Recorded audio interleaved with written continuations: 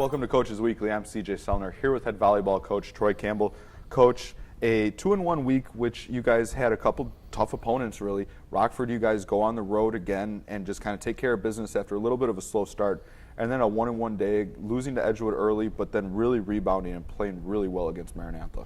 Yeah, the Rockford match, of course, like we mentioned last week, being able to spend some time with Raven Burns there as the GA, and yeah, we did come out slow, but we really picked it up, and Nikki did a fabulous job that day for us.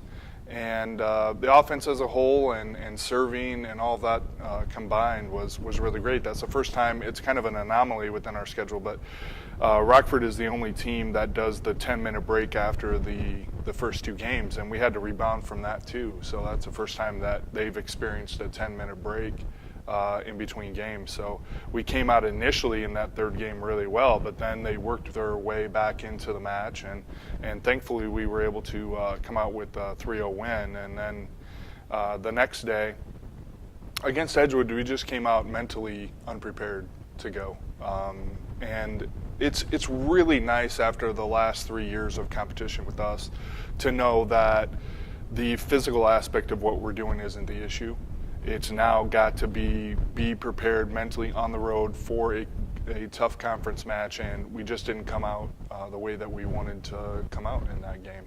So through those struggles, though, we had some really good meetings between matches, and we came out against Maranatha and really dominated that match from start to finish. It was never in doubt who was going to win, and our athlete of the week this week, Julia Spitelli, she did fabulous all day. So I was really, really pleased with both of our middles and Nikki especially, and their opportunities were created by our really fantastic back row play that day against Maranatha, which is what really failed us in the first match. So hopefully we've matured a little bit through some adversity, and we can bring that into next week's matches. Well, I admit, you're pretty good at taking my questions ahead of me, but looking kind of forward now, you guys are heading into a stretch finally that you get a lot of home matches. How has it kind of helped this really young team to have to go through the struggles and kind of the test of being on the road in the conference? And I mean, you're talking a first full month of the season, you guys have really only had 2-3 home matches total. Now you get about 5 or 6 in a row. Yeah, that's huge. You know, I think that we just talked about on the way home from the matches this weekend that we need a little home cooking, and to have our home fans there for us again like they were against Benedictine, that was huge for us. I think the energy that brings allows us to improve our mental game over the course of an entire match. It helps us to fight more and be more confident in ourselves and be more confident in each other. And you know, Edgewood had that over us this weekend. You know, they come into a home match and we're two evenly matched teams, and they came out with the 10 points that they needed to. In every game, it was a 10-point swing because of the mental aspect of the game. So we're hoping that works in our favor this weekend, and I think it will. You know, we have Marion on Friday, 7 p.m. Come out and see us play.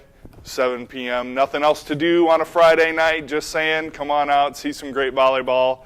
Our girls put on quite a show. And then Saturday, we have 2 matches, a huge conference match for us against Lakeland at noon, and then we play Mount Mary at 3. So hopefully we can get everybody out to support us, and they have so far this year, so we have no doubt that they will. But after being on the road for so long, it's kind of like, well, where's the volleyball team here on campus? And hopefully over the next couple of weeks we can make our presence known.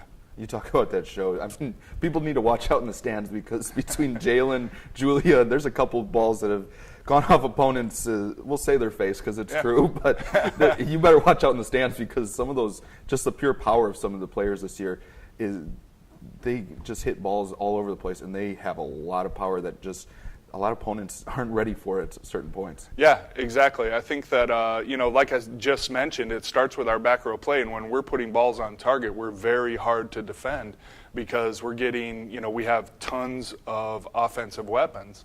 And when we have that going on, all of a sudden you're worrying about Julia, and then we don't get the ball to Julia. It's out to Jalen. She's got a one-on-one matchup because she can pretty much swing wherever she wants, as hard as she wants.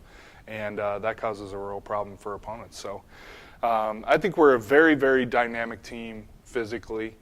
And every single time out, every time that we face adversity within a single point or a match or a game or whatever it is, we become better in that situation. And hopefully we're able to show that over the next couple weeks and persevere through these conference matches, which will hopefully kind of solidify our spot in the top 6 for the postseason. Well, we look forward to seeing you guys back out on the court. Cougars take to the floor Friday night and Saturday afternoon. You can always find the live feeds at cucougars.com.